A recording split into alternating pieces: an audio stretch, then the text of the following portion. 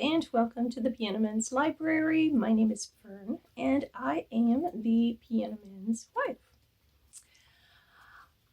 I finished 3 books since I talked to you the last time, and I just noticed they're all color coordinated.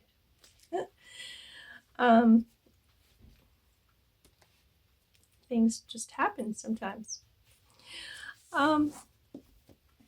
So these, well, I have 2 classics and 1, I suppose you would call it biographical. It's a collection of letters.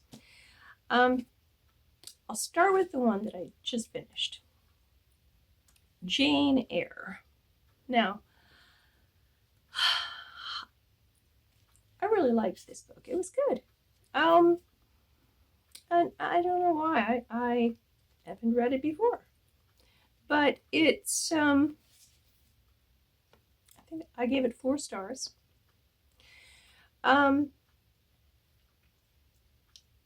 It's about an orphan and her tumultuous life growing up, and then her time at a school, and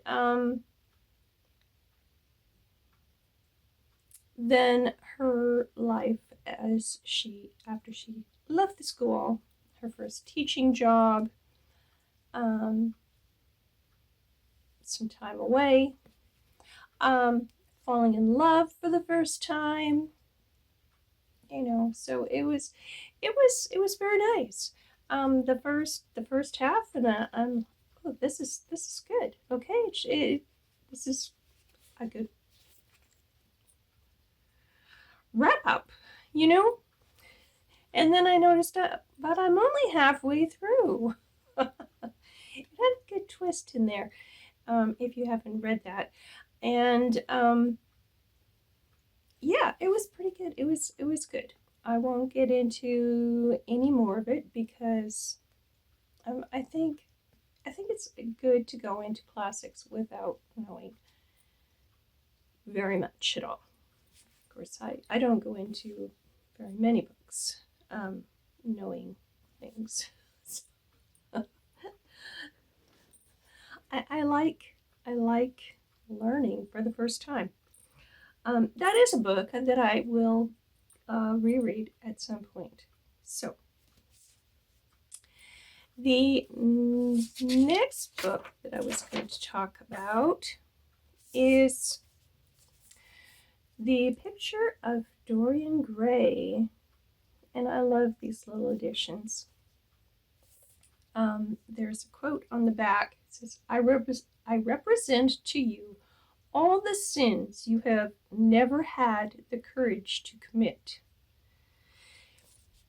Now, this, plus I have heard people talk about this on BookTube before, and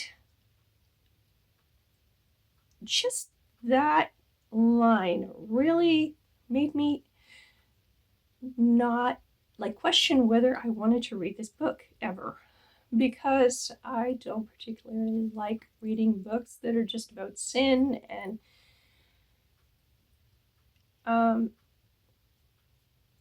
yeah, so I just kept putting it off because it has been on TBRs, and I had it picked out for one of the prompts on my bingo last year, and I just kept passing it over because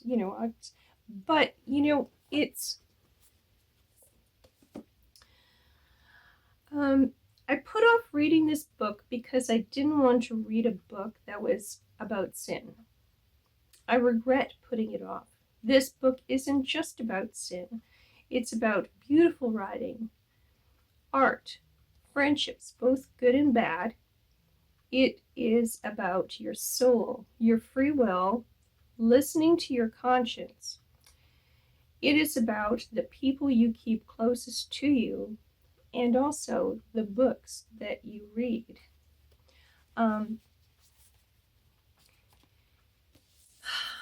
Yeah, the writing in here is just especially in the opening chapter, it's just beautiful. And I would love, first of all, I would love to someday have a home that I could just open and fling open the doors from the um,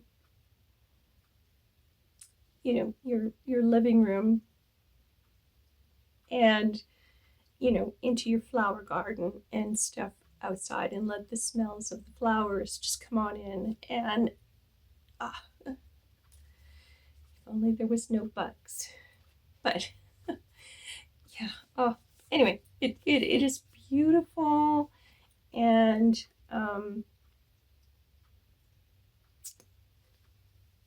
yes, the part that really surprised me that nobody ever seems to mention is the friendship aspect. The people that you allow into your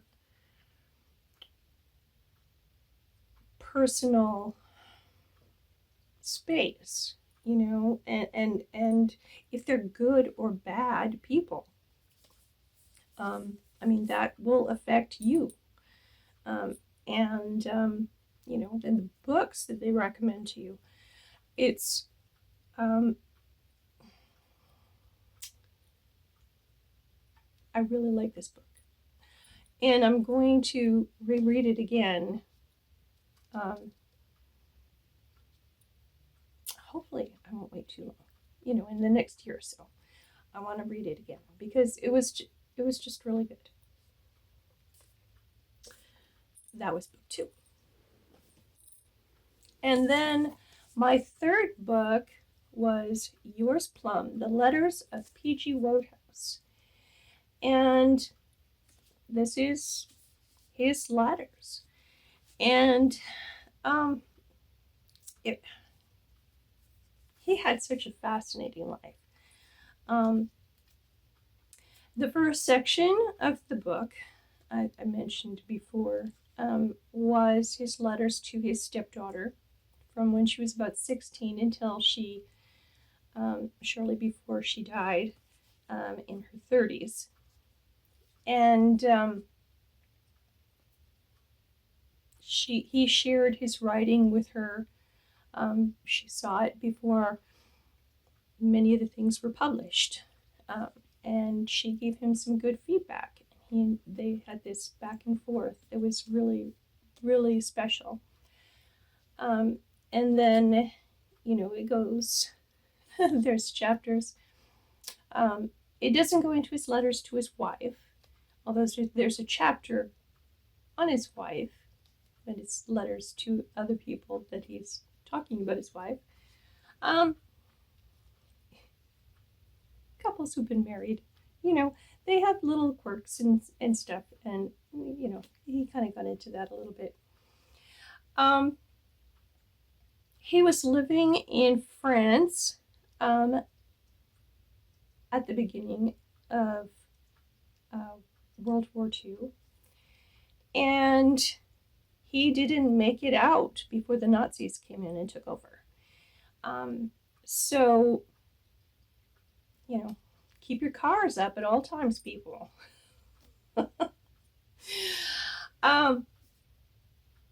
Yeah, so he was stuck there, and then he ended up in a prison camp. They put the men in prison camps.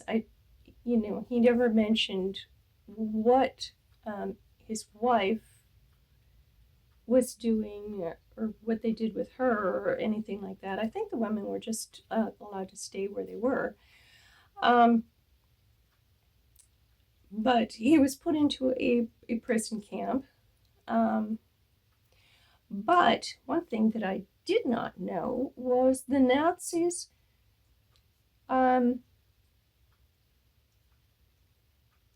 let you go when you turn 60 if you were a prisoner. The regular prison camps, I'm not talking Auschwitz or, the death camps and stuff. But in the regular prison camps where they kept soldiers and civilians that they let them go when they were 60. And nobody, oh, and another thing in this camp, he was allowed to write. So he wrote a whole book while he was in there. He couldn't write nearly as quickly. He didn't have his typewriter, and he might not have had paper all the time, and you have many more distractions than you would if you're writing in your own home. But yeah, so he was still writing. And then when he turned 60, they let him out, and they sent him to Germany, so he was there for a while. He bumped into some friends from Hollywood. I don't know what. He never mentioned what they were doing in Germany, but they were coming and going. But they convinced him that he should go on the radio and talk to the Americans, his American fans, and he said, "Yeah, that would be a really good idea." And so he went on the radio and he wrote some funny stuff to say, and he did, and they not only shared it with America, but I believe they shared it with England. And the British, were convinced that he took a bribe from the Nazis, and they were feeding. He was feeding propaganda for them. So yeah, he had a lot to do with when he got back to France, and he wasn't allowed to do a whole lot of traveling after that for a few years. Yeah, he realizes, it didn't take him very long to realize that he should not have done that.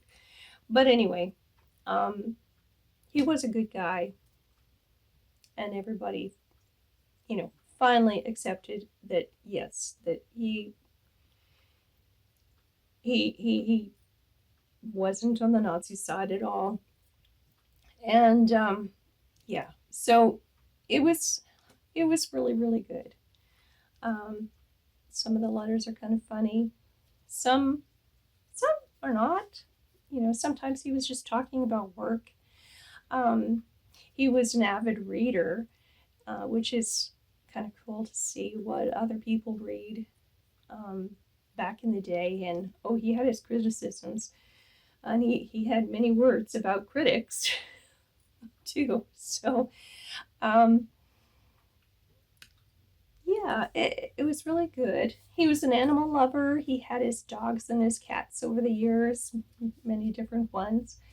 And yeah, it was really good. So if you've ever read any of his book, man, he wrote every single day. And he even took a manuscript to work on with him to the hospital when he went in there for the final time. So, yeah, he was. Let me see. Does it show all the books that he read? No. I thought I saw it somewhere.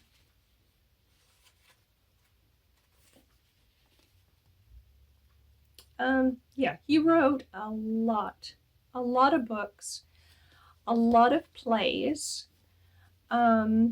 lyrics, yeah, all kinds of stuff. And he wrote differently if he was planning it for London, the stage in London, or an England, British audience, or if he was writing it for an American audience. Yeah, he knew that they liked different things. So, yeah, very good. And if you like reading about other people's lives, yeah, I would highly recommend this book. So, those are the 3 books that I read, that I finished in the last couple weeks. Now, in my last video, I had asked you which books you wanted me to read for March. And while a lot of people watched my video, I only had a few people comment. And I must say that I also had some votes on my personal Facebook page, because I shared the video over there, and as well as my own family. So in the end, as of right now, I will be reading The Blue and the Gray. This is, I mean, it's a big book, but 40 pages a day, and I'll have it done before the end of the month. So that's fine. And I have started reading already The Mysteries of Paris. And I'm just reading a chapter or 2 or 3, maybe a day in this one. And I'll get it finished in a couple of months, because it sounds really, really good, and I'm enjoying it so far. I had also votes for The Lord of the Rings. I also had votes for A Suitable Boy. And so The Suitable Boy, I've decided I'm going to read this one in April, the next month.